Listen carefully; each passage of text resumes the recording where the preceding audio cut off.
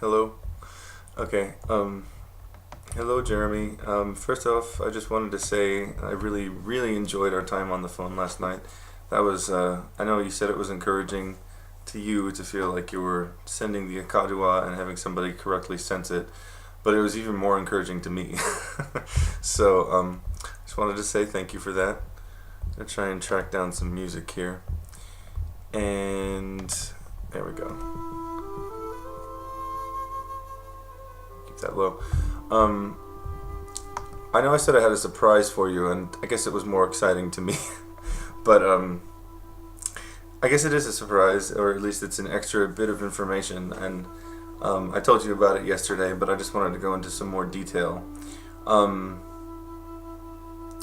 body has its alchemical processes, which you know, and the chakras are a part of that. The Akadua is an alchemical agent, and it changes the body. And what happens in the body and how it reacts to things. Each type of Akadua or variety of Akadua obviously corresponds roughly in its energy to the chakras.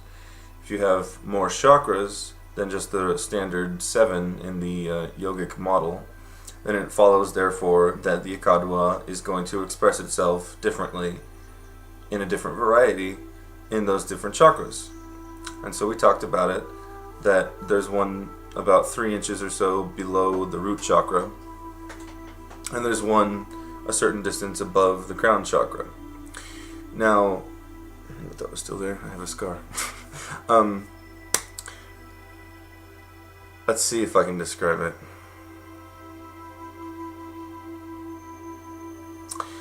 I guess I was just practicing, I was practicing Kunlun so much and the Akadua and combining them that it was just at that point where I would practice and it would become like a wave, you know, it was like a wall of energy as soon as I would activate it, as soon as I would turn it on. And I felt that I could express it in other ways, and I was trying weird little experiments. But since Kunlun is supposed to sort of connect to the 0 point energy, I was having this in my head that there's a chakra below that sort of connects to either the center of the earth or the center of the universe, or is like a black hole.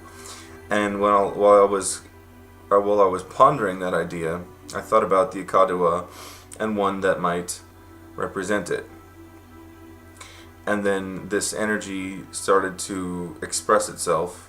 And so I call it the Zeroth form, 0th, because that's what it is. It's like pure potential energy. It's like the energy that it is expressed before creation came into existence. So I'm going to send a little bit of that to you so you can try and hopefully get a sense of it.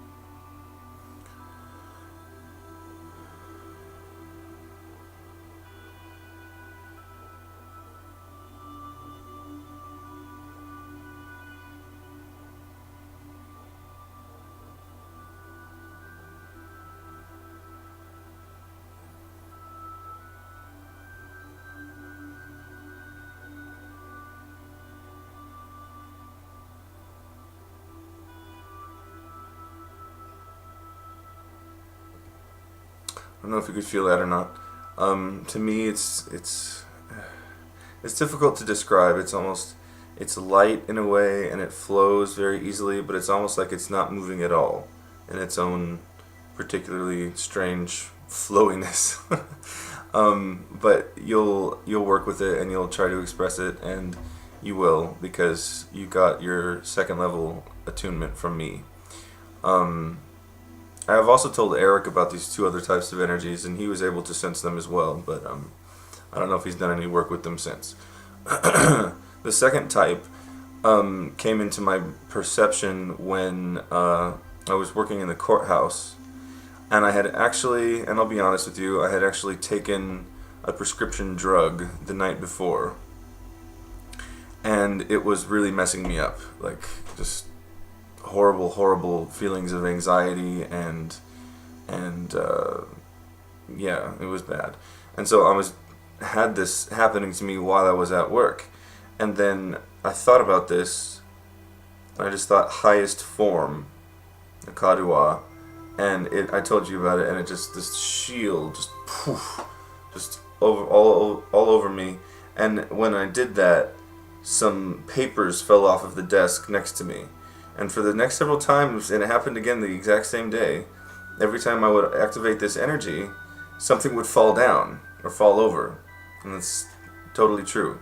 That doesn't always happen anymore, but I think that this type of energy, the refined quality of it is it's so refined, it's so pure and so intense that I don't think the external world was used to it. Something like that. At least where I was maybe at the time. It was this new expression of this type of energy, and it was really, really protecting me and keeping me safe in that sense.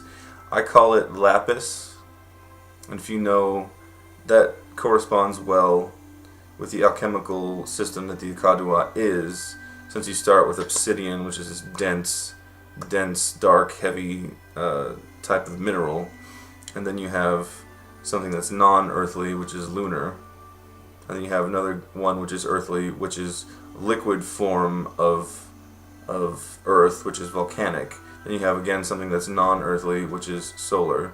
Then you have again something that's earthly, which is another liquid form of earth, which is water, which is much more liquid, which is oceanic. Then you have another non-earthly form, which is atmospheric. So you're coming closer and closer and closer. Then you have, technically, the crown chakra should be another earthly form, but it's called the unnamed, and it's sort of the expression of the alchemical process of material in its most quote-unquote spiritual form. And then above that, and of course I should have started with the Zeroth form, which is the pure potential energy anyway, which is non-earthly. And this is a map that I've sort of created as I've gone along that might help you. And then above the unnamed is lapis, which is the final refinement and is a non-earthly form, but it's still a stone, and it doesn't make sense. Anyway, you can feel this, and it's a very, very, very interesting energy. I'm going to try and send it to you right now, so see if you can sense this.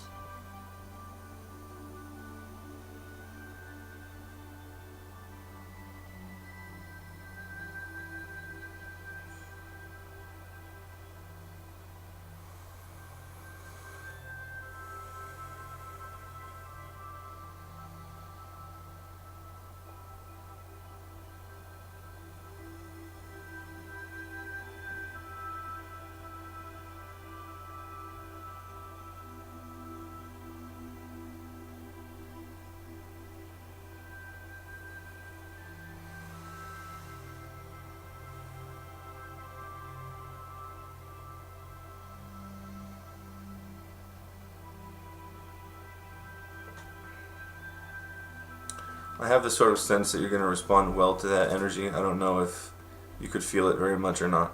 But that doesn't matter at this point. Because there's still all the types, and the Kadua is still moving things around and shifting things, and it'll continue for a really long time. Longer than you would expect. And you'll come to a certain point eventually where it'll get really, really intense, and then all of a sudden you'll activate it and you'll be like, is it on? Is it happening? It doesn't feel as intense anymore. Did I lose it? What's going on? And that means you're at a point where it's just about to jump to another level. Okay? Continuing on in this vein, at the level 3 masterclass, Coyote, who is the shaman who put this energy out into the world, into the public's view, he gave us an alchemical formula. And we didn't know what it was. It was going to be called Vitriol, but then that name was never spoken again. Oh, I don't remember what it means, but it's an old alchemical phrase. Vitriol means it's an acronym, and it means Visita Interiora Terrae Rectificando Invienes Occultum Lapidum. That's the long one, which is actually Vitriolum, and it means visit the interior of the earth, and by rectifying or purifying, you will find the hidden stone. Now, this may not be as significant to you, but to me it was incredibly magically significant. I looked up the meaning of it. And then there's vitriol, which is visit the interior of the earth, something like that. And by purifying something, you will find something. And then there's vitriolum, which has 2 extra letters. So it's vitriol, which is 7 letters, and then 8, 9, vitriolum, 9 letters and 9 words, all standing for either this phrase, visit the interior of the earth and by purifying something, and the added phrase with 2 extra words, you will find the hidden stone. Lapis means stone, and this had all happened way before, and I had named these and I wasn't telling anybody about them way before this master class. And so all of a sudden Coyote gave us this formula, and it was for the 7 chakras, well, 8 chakras actually, because he actually included the one below the root chakra as a starting point, and then ending at the obsidian chakra, obsidian energy, root chakra. And then I had this extra formula in my head, and then I'm thinking, wait a minute, there's this one phrase, and then there's this extra phrase, and it ends with, you will find the hidden stone, lapidem, and I've got this extra akadua that's named lapis, and there are 2 other types of it, one that corresponds to the chakra that he just talked about, and then the other one I had always put above it, which is above the crown chakra, and it's called lapis, and that's the stone, and so all of these correlations are going through my head, and it was like completely tremendous. I don't know if I can convey like how significant that was to me. I'll keep it short though, I'm sure you understand. I was enthralled at this strange coincidence, Seem to be using air quotes a lot again. Anyway, I'll just get right down to it. The process is a key. Now that you have level 2, you'll be able to do this. And he never said, Coyote never gave it to us with the specific varieties in mind, but I do it with the specific varieties. What you're going to do is you start putting your hands together and activating the akadua. And you can do this. I prefer to do this because it's like making 2 cups, and you just fill those cups with the akadua with energy, and they'll just build and build and build. Then when you feel you've got enough pressure in there and enough energy, hold your hands out like this, and coming from the point in here, which is right around where the akadua comes from, or can come out of your palms. For me, it's not in the center of the palm, it's from this point, which is a little closer to the middle finger. That's a very strong energy point. You might know that already. And then you send it from there down in a V to the 0 chakra. Now what I do is I fill it up with the 0th form of the akadua to begin with. And then I send it to the 0th chakra. And just fill it and fill it and fill it with that. Sometimes you'll find your hands moving around, you want to do this, and oftentimes I'll find when it's filled sufficiently, my hands will go like this and drop down. You might respond differently. Once you've done that, that's the trigger, the first key. You've awakened that chakra or stimulated it enough with the akadua that you're starting this process. That's the first one. If you want to add to it, you can chant the vowel O like that, and you actually pronounce it in your accent, and we don't really have it in American English. O. We have A and O, but we don't have O, and that's the 0th chakra tone and vowel. And these are sort of arbitrary, but this is the way he gave it to us, and it works nicely. Then you move on to the heart chakra. You can either touch it or just think about it, and you begin to express the akadua in that area, and it helps to touch it very lightly, or sometimes we'll just use the middle finger like this. and to express the Akadowa from that area, and the vowel sound is ah. No wait, the vowel sound is o. So o, and you try to make a connection between making the sound and activating the Akadowa. So as you're vibrating, the Akadowa is activating and purifying that particular chakra. And what I do, this is my own twist on it. Solar is corresponds to the heart chakra, and so I'll use solar for this one. And this can be a way to learn the different types for you, if corresponding them, or putting them to the chakras helps, and you'll get a map of it. Then you move on to the third eye, and that's atmospheric, and I use atmospheric, and I intone anything that vibrates way up in your head. So if you can try and open the nose to add a little it's really difficult and it sounds funny. You just have to make it push all the way up here until you really feel it vibrate up there. Now, the crown chakra we don't really touch, but he recommends to at least wake it up, and you can just go like this, just kind of brush the top of your head or something like that. And that would be the unnamed. And so with the unnamed, then you can just vibrate. And as you're vibrating again, activating it, feeling it in that chakra area, and it'll just spill over your entire body. And then you move on to the solar plexus, which is volcanic. And ooh, and exactly the tones don't really matter. I just do what feels intuitive and natural to me. Ooh, and you're expressing and vibrating volcanic. And you will get a sense of all these different energies after a while. And then you move on to the throat, which is oceanic. And you vibrating again the same way, expressing the Akadowa. Move on to the second chakra. I don't necessarily touch that one. Sometimes I'll just put my hand like this, my palm a few inches in front of it, to know that I'm directing the energy there, that it's activated. And E and lunar. And then the base chakra, the root chakra, and obsidian, and the A, vibrating, expressing obsidian. And then to end it, which is my own addition with the last type of energy, lapis, the chakra above the crown chakra. And this is my own tone. This is the only one that seems to work for me, is a zh sound. So like the zh in pleasure or leisure. And so you just go zh, expressing lapis and vibrating it in that chakra, and you'll feel it, and it's this sudden refinement, and it's the last layer on the throne of God.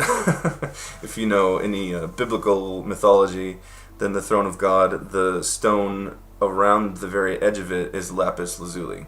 And so that's exactly what this energy feels like. And I have to give the credit to the name of a very sensitive and beautiful individual who I was sending her. I gave her the Akadowa, and then I was sending her these different energies. I'm like, feel this one, feel this one, feel this one. And she had a great sense of exactly how they felt. She's like, oh, that's very heavy. Oh, that's really hot. Oh, that feels like lapis. I didn't exactly know what to call it yet. And I was like, oh my God, you're right. That's exactly what it is. It's lapis. It's the last subtle refinement of this energy field.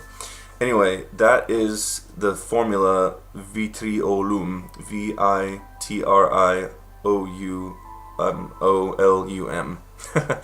And that's the key to alchemical transformation with the Akadowa. The other thing that you can do is that as you're doing each one of these chakras, you can form a mudra with your hands that corresponds to each chakra.